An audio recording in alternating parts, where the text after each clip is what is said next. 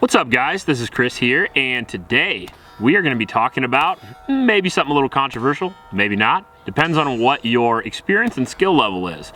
Today we're going to be talking about 7 common revolver problems that I think most people don't know about.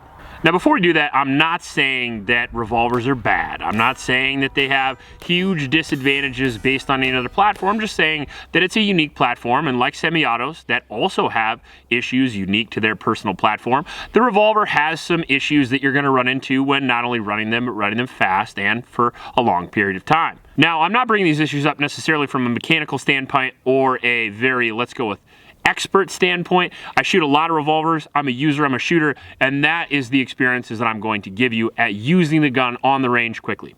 Now, before we get into the issues, I do want to mention my Patreon supporters. Thank you guys very much. It's because of you that we have a lot of the cool guns on the table. If you want to support the channel, it's the best way to do it. Go to the link in the description. If you want to support the channel and you're not interested in Patreon, feel free to send us a YouTube super thanks. Many people have been doing that lately. We appreciate it. It buys guns and ammo either way. So thanks again. Also in that description is a link to a local shelter named Iowa. So YSS, it could really use your support, so please get out and donate to those kids. Now, number one, I wanted to talk about this because I actually had an argument about this in the comment section. So I wanted to talk about the cylinder getting gummed up quicker than a semi-auto. Now, a semi-auto doesn't even have a cylinder, but the cylinder here on a revolver is this guy right here. See that? That's where you put the 6 rounds in, and then it goes bang. Now, if you look at my Colt Python here, you will see that it spins, well, at least it spins slower than it did, and it's a little bit harder to load the rounds in and a little bit harder to close and open the cylinder than it was previous to the 100 rounds we shot it. When you add a lot of dirt and debris into those things, it can gum up a lot of the works, whereas something like a Glock or a Smith & Wesson M&P, for example, can take a lot of dirt and grime before it needs to be cleaned. So, especially something like a Python, which is perceived to be very reliable, especially because it's in The Walking Dead and stuff like that, the reality is this gun actually needs a lot of care. It needs to be cleaned quite a bit more often than your average Glock, for example, which I've ran 2,000 or 3,000 rounds for a Glock, and it doesn't even get gummed enough to even show an issue, let alone the Python here, which actually got harder to load and harder to operate and close during the video.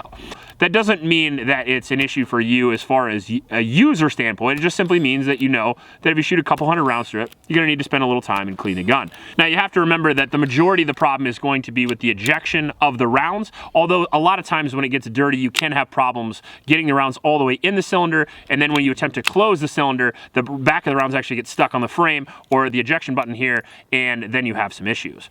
Now, you can fix a lot of those issues by the way that you load the gun, changing your technique, but you're still going to have them, and you're still going to have to clean it every couple hundred rounds or so. Now, another issue we're going to have, and we'll keep showing the Python here, well, hell, we'll show its bigger brother, the Anaconda. And this is going to be more of a training issue, which a lot of these are going to be, because revolver's obviously a good gun. It's been around for a long time. But a lot of times it's used incorrectly because it's used by semi-automatic shooters, for example, like me. This is something that I do.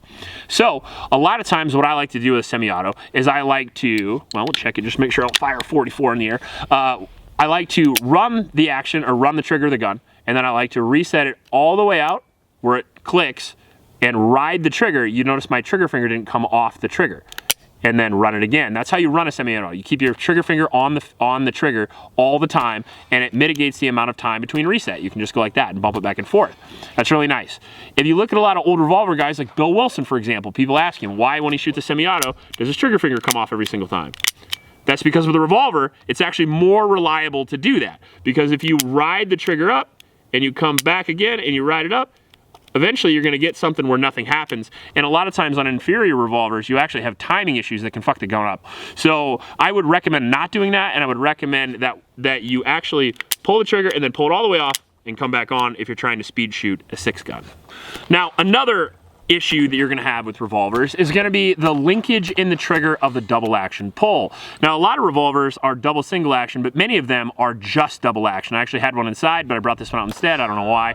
But imagine this without a hammer here that you could actually fan back and get that amazing single action pull. Imagine that you just had the double action trigger. Well, that becomes an issue because the trigger is significantly longer and heavier on the double action because you're doing everything that involves with the gun with the trigger, and you're going to have to really work on your trigger control. And one of the main issues I find with that is when they hit any sort of linkage whatsoever. So not only is it the trigger pull itself, but the fact that you kind of hit a pre-wall here, and then it causes a lot of accuracy issues with the gun. So know that going in, that you're going to have a problem with the trigger, and you're going to have to adjust the way that you pull the trigger in order to compensate for the different system that you're using. It's not a problem with the revolver, it's a problem with you. All right, now it's getting a little dark here. We took the sunglasses off. Don't be surprised, I do have eyes after all. And we're gonna be talking about riding too high in the grip because it can burn you and it can cause the gun to fail. And the way you can fix that actually is just by changing your grip. So this is a classic semi-automatic grip that you see here. Especially do not do this with a Chiappa Rhino. If you're familiar with the Chiappa Rhino, the cylinders and the action and the barrel and everything is actually on the bottom. And if you put your thumb right here, ooh, you are gonna notice. You're even gonna notice that with many revolvers, especially a 44 mag or something like that. So the way to fix that is actually to dump the thumb in and wrap the thumb around. You get almost as much control, but you don't have to worry about having your thumb anywhere near the action, anything coming out, or pressing on the cylinder, or anything that would involve a mechanical malfunction or a user-induced malfunction. So I would just recommend to avoid that grip altogether and come down and wrap the thumb. Now, number 5, we're gonna talk about a difference between manufacturers, which is actually pretty interesting. So if you go through semi-autos, you will notice that almost all semi-automatic pistols actually have the magazine in the grip, and they actually, the magazine release is almost in the exact same spot every time if it's not a European mag release, and you can essentially dump the mag and reinsert the mag on almost every single gun the same way. That's not necessarily the same with revolvers. Now sometimes you'll have a 6-shot cylinder with this classic Colt here. Sometimes you'll have an 8-shot cylinder with this Smith & Wesson here, and sometimes you'll have a 7-shot like my Ruger GP100. But the real interesting thing is once you start learning techniques to short load. So what I mean is let's say I fire all 8 of my rounds off, and I want to reload, but I want to reload quickly, and I only want to put 2 rounds in the gun, let's say, because I don't want to take the time to put all 8 in. Well, you put 1, 2 in, and then you'll find out that Smith & Wesson not only open and close differently, but they rotate differently as well. So if you put the rounds in the same spot on a Smith & Wesson, it might be your next shot, but if you put that round in the same spot on a Colt, for example, the cylinder will actually rotate in reverse, so you have like 4 or 5 shots until you get to it. So that's a bit of a user issue as well, but keep that in mind because you're not gonna run into that with semi-autos. You're not gonna put a magazine in the wrong magazine well on your semi-auto because it only has 1. Now keep in mind that reloading is also much more difficult, and that's going to be number 6. And the reason for that is because you're taking 5, 6, 7, or 8 small things and you're putting them in small holes versus 1 big thing into 1 big hole. The answer to that is actually to, oh, what a surprise, learn a new technique. So a lot of times most people will hold the gun like this and the cylinder will be flopping all over the place, and you kind of see them thumbing rounds and keeping their firing grip on the revolver. And traditionally that's good, especially for semi-autos. You want to reload and you want to keep your firing grip the whole time. With a revolver, at least learning from Jerry Michalik, who I would consider to be the revolver god, he actually wraps his hands in there sort of like this, and he controls the cylinder, controls the gun, so you can thumb rounds into a thing that isn't moving, or put a speed loader in, of course. But the real advantage to that isn't just where you're standing still, but the advantage of that is if you're moving around in motion. If you're shooting in a competition or if you're shooting in real life, you're going to be moving, especially if you're reloading. If you're reloading in a real shooting, you should probably be behind cover or moving, in which case you want to have full grasp of the gun anyway.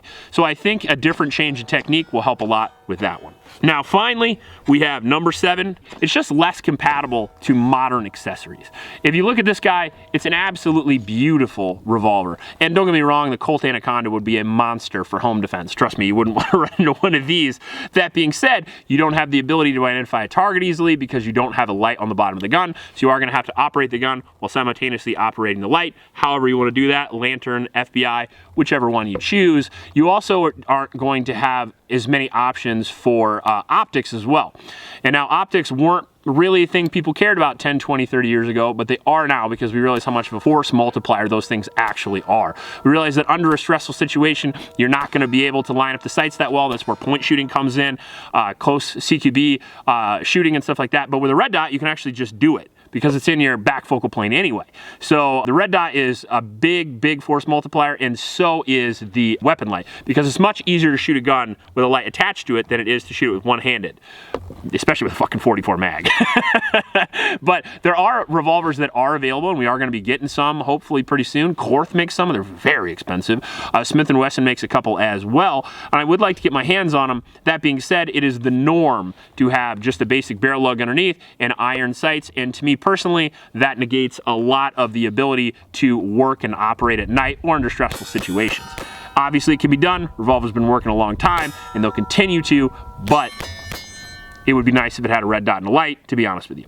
Now, there are other obvious problems that you're going to have with the revolver as well, which we didn't include on the list, like lack of capacity, but if you can count to 6, that seems pretty obvious, so we didn't put it on there. Also, if you had any other problems or questions or anything like that, feel free to leave them in the comment section below. I do check the comments a great deal. I get a lot of ideas from the comment section. If you want to put list ideas or any other things down there, we'll check them out. If you like this video, please like and subscribe. Please help out your local homeless shelters, and remember to recycle. I'll check you later.